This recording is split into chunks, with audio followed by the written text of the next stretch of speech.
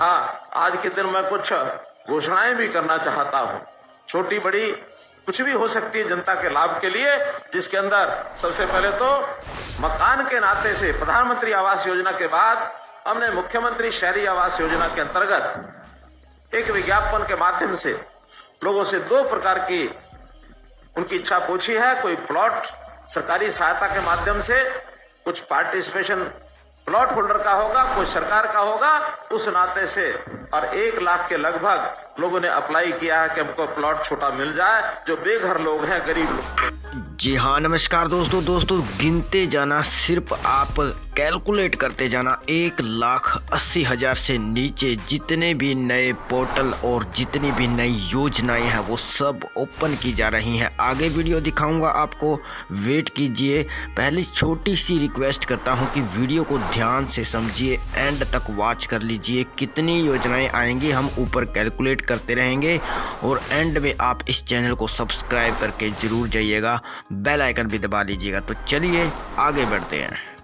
Plot holder का होगा, कोई सरकार का होगा, उस नाते से और 1 लाख के लगभग लोगों ने अप्लाई किया है कि हमको प्लॉट छोटा मिल जाए, जो बेघर लोग हैं, गरीब लोग हैं।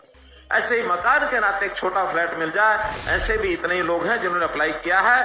तो 1 फरवरी से 11 शहरों की उस योजना का पहला चरण है। 11 शहरों का पोर्टल खुलेगा, जिसके अंदर 30 गज का प्लॉट, उनको जो मामूली राशि है वो जमा करा करके उसमें भागीदारी कर सकेंगे। और इसको बहुत जल्दी हमने चिन्हित जगह कर ली है, उनको एक प्लॉट दिया जाएगा, बैंकों से लोन लेके दिया जाएगा।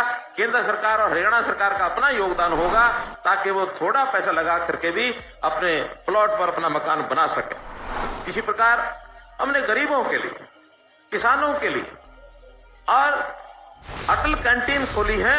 उन अटल कैंटीन में जो हरियाणा मार्केटिंग बोर्ड है, उस हरियाणा मार्केटिंग बोर्ड में अभी तक 25 मंडियों में ये कैंटीन चलती है, जो 5 महीने चलती है।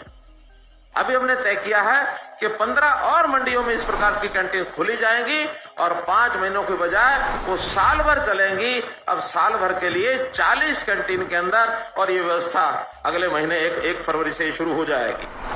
ऐसे ही बिजली बिलों की व्यवस्था, बहुत बड़ी मांग थी कि 2 महीने के बिल की बजाय हर महीने बिल आना चाहिए। हमने पहले चरण में पायलट प्रोजेक्ट के तौर पर अभी 1 फरवरी से हिसार, महेंद्रगढ़, करनाल और पंचकुला, इन 4 जिलों में मासिक बिल आया करेगा 2 महीने के बजाय। तो उसमें 1 महीने में जो रीडर है, मीटर रीडर, वो जाएगा, और बीच में अगले अल्टरनेटिव महीने में जो कंज्यूमर है वो खुद अपने ऐप के माध्यम से, टेलीफोन के माध्यम से घर की रीडिंग को वो भेजेगा, ताकि व्यवस्था में सुधार भी रहे और लोगों को लाभ भी इसका मिले। करनाल के नाते से अभी हमने हॉकी स्टेडियम कैलाश नगर निगम करनाल के अंदर उसका उद्घाटन 24 जनवरी को किया है। इसकी भी मैं आपको बहुत बहुत बधाई देता हूं करनाल वासियों को। 18 करोड़ का ये जो एक इंटरनेशनल लेवल का स्टेडियम, हॉकी स्टेडियम, इसका उद्घाटन हो गया है। इसके ऊपर आगे के कार्यक्रम हम करवा करके इसका लाभ उठा सकेंगे। डॉक्टर मंगल सेन जो ऑडिटोरियम है, डॉक्टर मंगल सेन ऑडिटोरियम में एक बड़ी जो मूर्ति है, उस बड़ी मूर्ति का, स्टैचू का एक घोषणा मैं करता हूं। वहां एक स्टैचू लगाया जाएगा, और इसी प्रकार से हमारी जो बहन वैज्ञानिक कल्पना चावला, इनके नाम का एक स्टैचू, और ये जो medical college Kalpana Chawla medical college है, उसके अंदर एक स्टैचू, इसको लगाया जाएगा। और मैं समझता हूं कि बहुत जल्दी हो सकता है, 1 महीने के अंदर अंदर इन दोनों स्टैचू को लगाने का और हम प्रावधान करेंगे। मित्रों, हरियाणा के नाते से जो मैंने बातें बताई, हरियाणा का समाज बहुत ही परिश्रमी, पराक्रमी समाज है, और पराक्रम और अपने मेहनत के साथ नए नए मापदंड खड़े करता है। मैं ऐसे 4 लोगों को बहुत बहुत अपनी ओर से बधाई देना चाहता हूं, जिनका नाम कल ही पद्मश्री की लिस्ट में आया है।